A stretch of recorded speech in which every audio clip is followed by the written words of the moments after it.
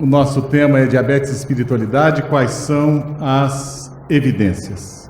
Diabetes é uma doença que tem uma prevalência de 9,3% da população americana, não é diferente no Brasil. Diabetes tipo 2 tem uma incidência maior na população entre os países ocidentais e países orientais. É a 7ª causa de mortalidade entre a população americana e está entre as 10 causas de mortalidade entre a população brasileira. É uma doença associada a comorbidades e complicações, 71% em comorbidade com hipertensão, 65% em comorbidade com dislipidemia, incidência de infarto e acidente vascular cerebral. O diabetes aumenta o risco em 1,7 vezes. É a principal causa de cegueira e a principal causa de insuficiência renal no Brasil. Cegueira perde para glaucoma, é uma das principais. Bom, espiritualidade. Cristina Puchalski, ela enxerga a espiritualidade em duas grandes dimensões: cuidados ao paciente e práticas que dão significado à vida. Falando especificamente nesse momento de cuidados ao paciente. Não é para assustar com a fotografia, mas é o tipo de paciente que muitas vezes nós encontramos nos ambulatórios, principalmente quem atende diabetes tipo 2, diabetes o adulto, né? É o pé diabético. O pé diabético, ele consubstancia todas as complicações do paciente diabético. É um paciente que, geralmente, quando ele chega nessa condição, é um paciente que tem muita causa de sofrimento íntimo. Primeiro, se a gente olhar, o pé deformado, amputado, uma ferida que não cicatriza. Esses pacientes, eles têm uma qualidade de vida, uma característica psicológica e social alterada. Esse trabalho mostra que pacientes com pé diabético tiveram scores de qualidade de vida menores que o grupo controle, o grupo que era de pacientes diabéticos, mas que não tinham essa complicação. E entre os que sofreram amputação, a qualidade de vida era pior ainda. Ou seja, o paciente diabético, quando ele está nessa condição, ele pode entrar nos critérios de dor total, o total pain da Sanderson, aqui descrito nesse trabalho de Richardson, onde o desconforto físico, social, emocional e espiritual concorrem para essa situação de total pain. Esse é um paciente que está em sofrimento, a sua autoestima está rebaixada e o que deve o médico fazer? É onde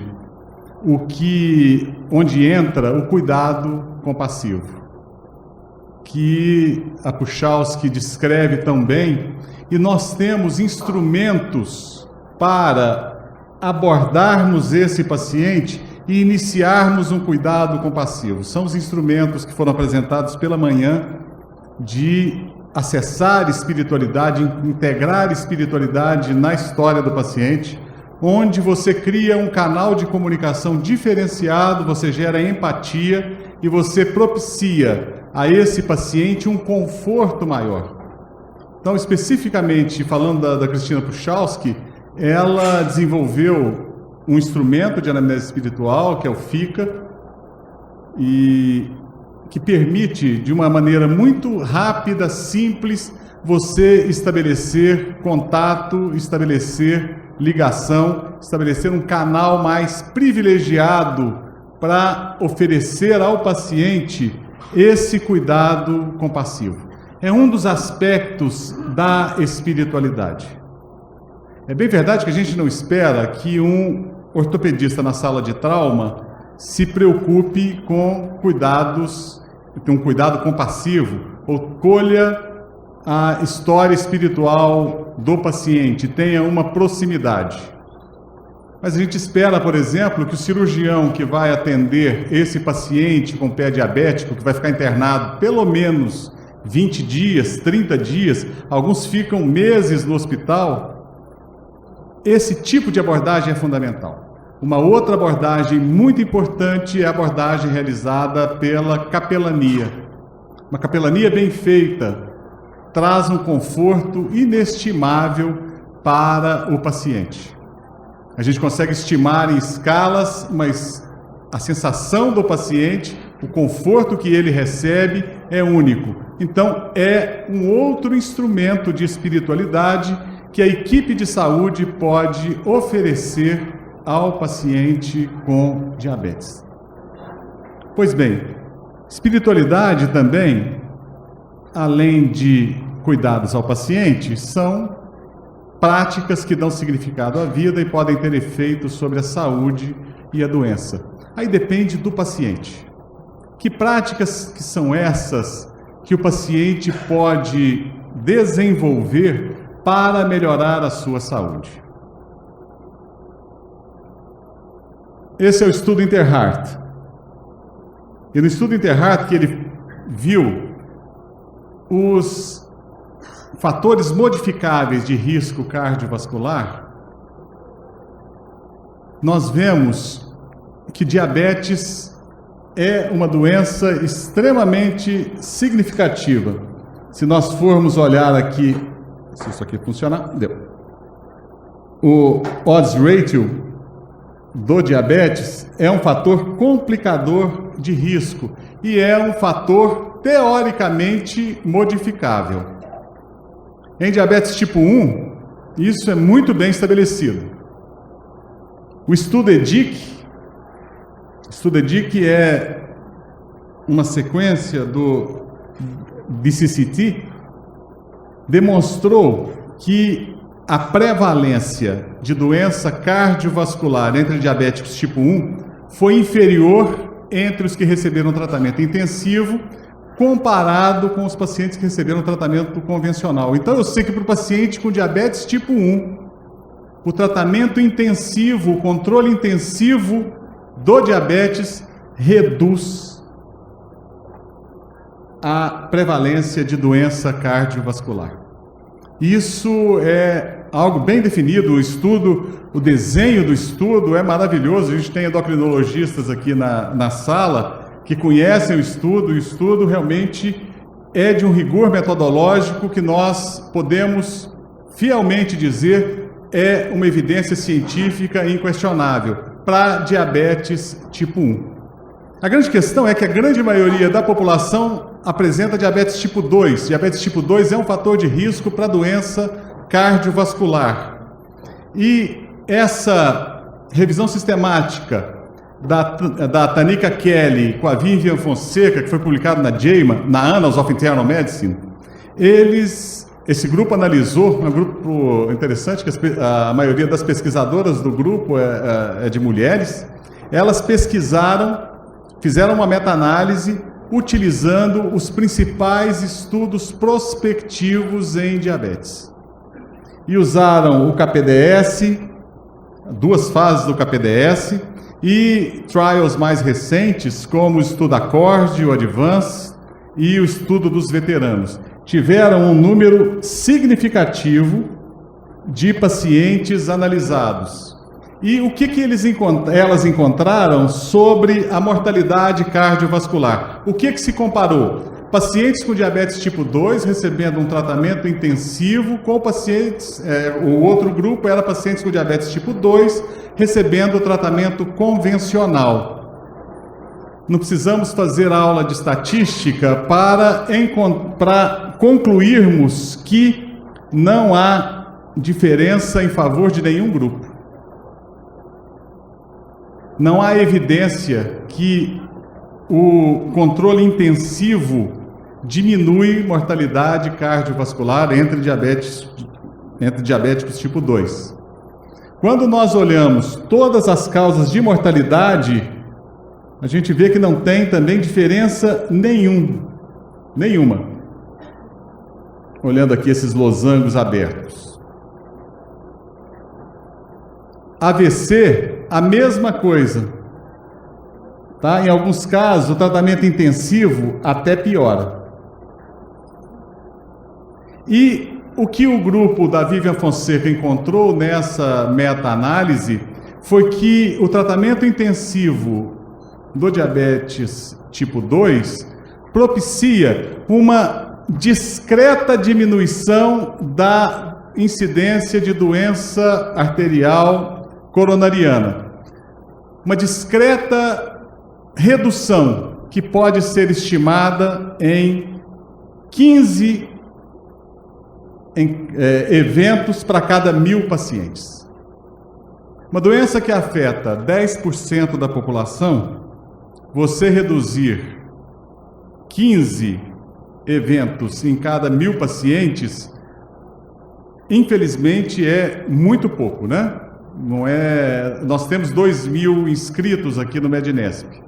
Se fôssemos 2.000 diabéticos com diabetes tipo 2, se a gente fosse uma população do estudo, teria uma redução no número, dá para a gente imaginar o grupo dos que seriam beneficiados, perto do grupo, está um grupo inteiro no auditório, lotando, e aí um grupo muito pingado, como o grupo que foi para a oficina de livros que a gente teve aqui.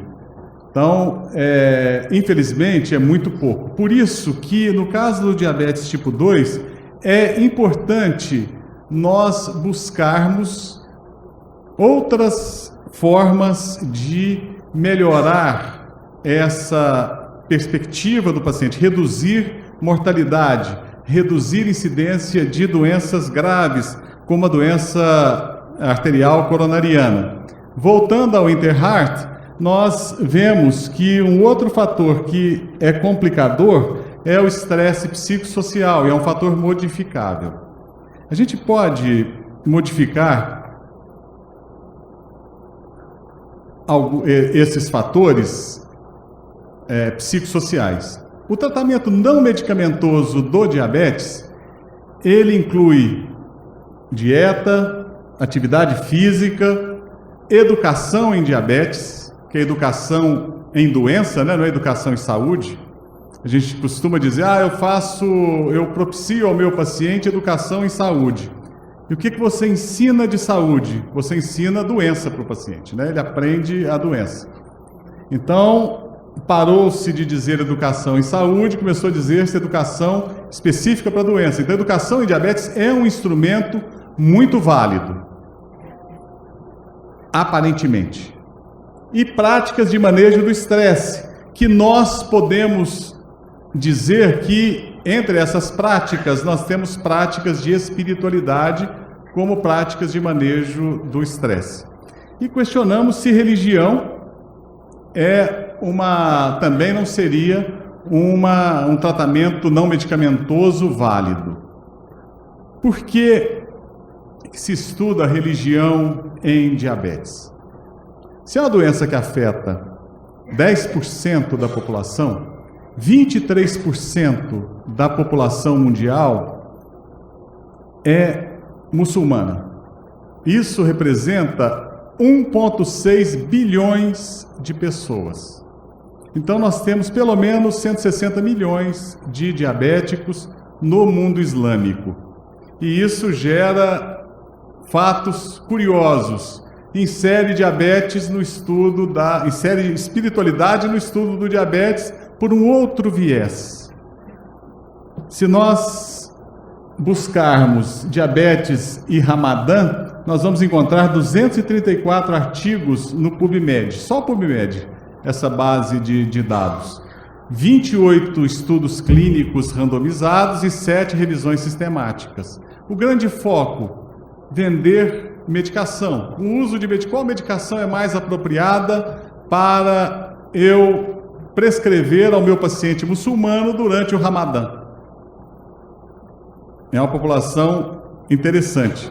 Todavia, esse tipo de estudo não está no nosso escopo, porque são estudos geralmente patrocinados por laboratório que têm um interesse econômico muito bem definido, muito bem explícito. Diabetes e espiritualidade, eu posso dizer que é um campo aberto a pesquisas. Talvez esse seja o principal slide da minha apresentação. Então vamos lá para o tratamento não medicamentoso do diabetes. Quando nós analisamos, vamos para a Cochrane Library e procuramos revisão sistemática em espiritualidade e diabetes, nós não encontramos nenhuma. Educação e diabetes, nós encontramos 238 revisões sistemáticas que tiveram qualidade avaliada. E nós podemos dizer, poxa, se tem revisão sistemática, eu posso buscar evidência. Uma das melhores revisões sistemáticas foi esse estudo, que em diabéticos tipo 2, avaliou as intervenções autogeridas pelo paciente na doença, e eles olharam efeito da dieta, da automonitoração, que é dosar a glicemia capilar, da educação em diabetes e da prática de exercícios. Então, aqui são características dessa revisão sistemática. Eles incluíram estudos clínicos randomizados com análise pré e pós-intervenção para avaliar programas de autocontrole comparados com aqueles que não sofreram intervenção. Eles descreveram a análise de effect size, estabeleceram previamente e incluíram 14 estudos para concluir, né, dessa inclusão, que das intervenções autogeridas de componentes múltiplos, o que tem evidência é somente a modificação do comportamento dietético e da qualidade de vida específica do diabetes. Infelizmente, essas práticas não melhoraram, mesmo melhorando o controle dietético e a qualidade de vida específica, não melhoraram o controle da doença. Essa outra meta-análise estudou apenas educação e intervenções comportamentais no paciente com diabetes tipo 2. E concluiu que intervenções educacionais e comportamentais parecem melhorar o controle glicêmico em pacientes com diabetes tipo 2, mas os resultados de estudos ainda não permitem estabelecer evidência convincente. Pois bem, isso não é novidade. Em 2007, no Congresso de Diabetes em Goiânia, eu tive a oportunidade de falar na mesa de educação em diabetes e apresentei alguns dados que, por conclusão, eu não fui mais chamado para falar, porque eu demonstrei que educação em diabetes tipo 2, os instrumentos que nós temos são insuficientes por não termos evidência nenhuma de que as intervenções educacionais que nós oferecemos trazem resultado. Um estudo muito interessante é sobre exercício. Uma das meta-análises avaliando o exercício em diabetes demonstrou que nós não temos ainda dados suficientes para dizermos que existe evidência de eficácia do exercício. Todavia, o estudo dessas meta-análises permite nos dizer que o exercício é um tratamento não medicamentoso que possivelmente é muito eficaz. Porém, os estudos que foram incluídos, infelizmente, não conseguiram demonstrar em meta-análise essa eficácia. E um estudo muito interessante, uma meta-análise muito interessante de exercício, demonstra que a atividade física em paciente diabético tipo 2 reduz nível de citoquinas inflamatórias, principalmente proteína C reativa e interleuquina 6, em pacientes com diabetes tipo 2. Exercício pode ser uma opção terapêutica para melhorar níveis inflamatórios em pacientes com diabetes. Nós temos em nossa mesa uma pesquisadora em diabetes, em doença renal e diabetes, que agora também está pesquisando efeitos do exercício. Então, o exercício é a Sônia Dói é pesquisadora nos Estados Unidos, e alegria ter a Soninha com a gente. Então, o exercício de todas essas intervenções parece ser a mais eficaz para diabetes tipo 2. Então, sobra-nos avaliar, entre tratamento não medicamentoso do diabetes, práticas de espiritualidade. E não são poucas práticas de espiritualidade, não são poucos trabalhos que nós temos muitos trabalhos. Mas o que a gente encontra, trabalhos que permitem a busca de evidências, é a prática de yoga, biofeedback, prece e prática religiosa. Yoga e diabetes. Na yoga é uma prática de espiritualidade que tem raízes na Índia milenar e foi plenamente integrada às práticas médicas alternativas e complementares do Ocidente, notadamente na América, nos Estados Unidos. A Clínica Mayo nos Estados Unidos, a Mayo Clinic em Rochester, tem um grupo tem vários grupos de yoga terapêutica aplicada para pacientes diabéticos. E existem evidências de benefício da yoga sobre a saúde em geral. Mas e o benefício da yoga para pacientes especificamente diabéticos tipo 2? Essa é uma revisão sistemática dos efeitos da yoga na doença cardiovascular, nos fatores de risco cardiovascular, e incluiu, esses pacientes eram diabéticos, incluiu 44 estudos com 3.168 participantes.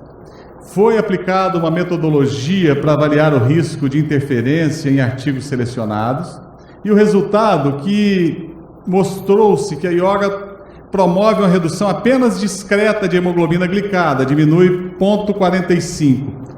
O que eu posso dizer que não é uma redução diferente do que os novos remédios têm apresentado. Porém, a gente está falando em números, são estudos distintos e não foi feito um estudo comparando yoga com os novos remédios. Mas se a gente for olhar só o número que reduz, não é muito diferente dos novos remédios apresentados. Mas houve uma redução discreta dos níveis de hemoglobina glicada e de outros parâmetros metabólicos. Isso com yoga. Biofeedback. Alguém conhece biofeedback? Então, a gente teve uma apresentação hoje de Rhyme, que não é muito diferente de biofeedback.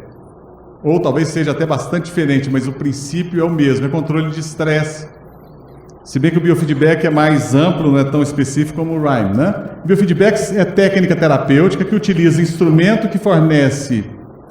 biofeedback tem instrumentação, o Rhyme é projeção, não é diferente. Então, é técnica terapêutica que utiliza instrumento que fornece informações sobre atividade psicológica, como temperatura da pele ou tensão muscular, com o objetivo de se compreender respostas mal adaptativas ao estresse. E associa-se técnicas de relaxamento. O uso de biofeedback no manejo do diabetes é muito interessante. E nós vemos esse trabalho que avalia o estresse e o desconforto específico no paciente diabético e a sua relação com os desfechos ruins. Biofeedback é uma terapia anti-estresse, então nós vamos falar do que o estresse é capaz de fazer no paciente diabético. E esse estudo, que é um estudo muito elegante, tem consistência interna e externa, a gente pode dizer que é um estudo de metodologia confiável, ele foi publicado em uma revista muito boa, que a gente confia no corpo editorial, né? O objetivo desse estudo foi, que é um estudo prospectivo, ele comparou sintomas depressivos e o estresse negativo relacionado ao diabetes, que ele chama de DRD, como preditores longitudinais de aderência à medicação, autocuidado e controle glicêmico em pacientes com diabetes tipo 2.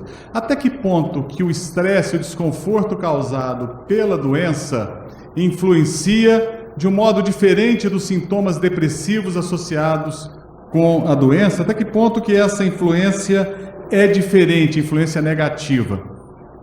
Então, esse estudo teve uma população de 253 pacientes e utilizaram alguns instrumentos. O Patient Health Questionnaire 9, para ver os sintomas depressivos, o PHQ-9, e um questionário chamado Problem Area in Diabetes, ver específico algumas áreas de ação que o diabetes, que interferem na vida do paciente devido ao diabetes. E utilizaram uma outra escala para medir autocuidado.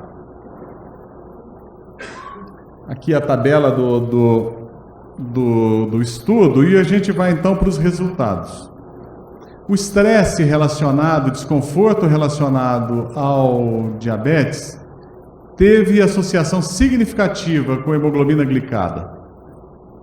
Ou seja, quanto maior o estresse e o desconforto causado pela doença, maior os níveis de hemoglobina glicada. Os sintomas depressivos específicos decorrentes do diabetes tiveram relação negativa com autocuidados e automonitoramento. E o estresse relacionado ao diabetes teve associação significativa com aderência ao tratamento medicamentoso. Então, a gente pode perguntar: o controle do estresse pode interferir positivamente no controle do diabetes?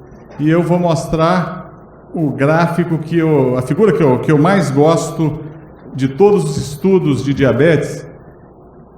Aqui são pacientes que sofreram, o grupo controle, a intervenção deles foi só com educação em diabetes. Um grande trabalho de educação em diabetes, são pacientes diabéticos tipo 2, receberam um grande trabalho educativo, conhecimento sobre a doença. Houve uma redução da hemoglobina glicada em 6 meses, mas depois disso a hemoglobina subiu.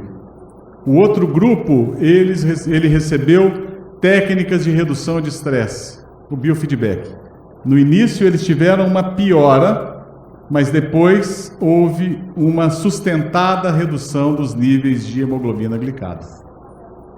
Então, o manejo do estresse é importante. O estresse, ele provoca alterações que interferem no controle do diabetes. A gente sabe que o estresse também é fator associado a outras doenças e também é fator de risco cardiovascular, como mostrou o estudo Interheart.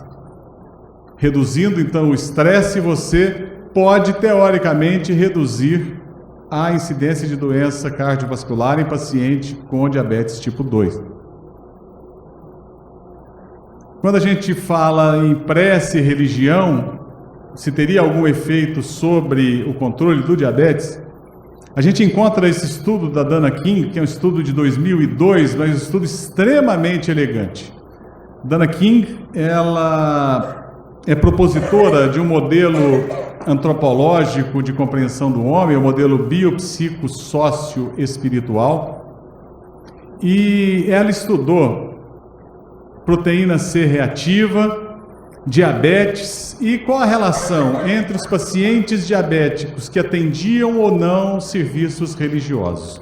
O grupo que a Dana King avaliou é um grupo grande, um grupo que foi bem homogêneo aqui na entrada, e ela chega às seguintes conclusões. Entre pessoas diabéticas analisadas por esse estudo, o status de atendimento à assistência religiosa como fator de probabilidade para níveis... Opa! Aqui está mal escrito.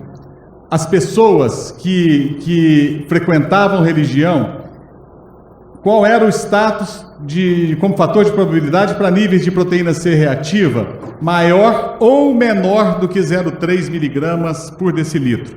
Fator de corte, 0,3 miligramas por decilitro ou 3 miligramas por litro, como fator de risco para a doença cardiovascular. E ela viu o seguinte, que as pessoas que não atendiam à assistência religiosa, houve uma relação positiva com proteína C reativa maior do que 0,3. E entre as que atendiam à assistência religiosa, houve uma associação positiva com proteína C reativa menor do que 0,3. A conclusão da Dana King é que a religião, a atender à assistência religiosa, pode ser um fator protetor para a doença cardiovascular em paciente diabético, pelo menos na mensuração de um dos fatores bioquímicos utilizados como marcadores inflamatórios e fator de risco para a doença cardiovascular.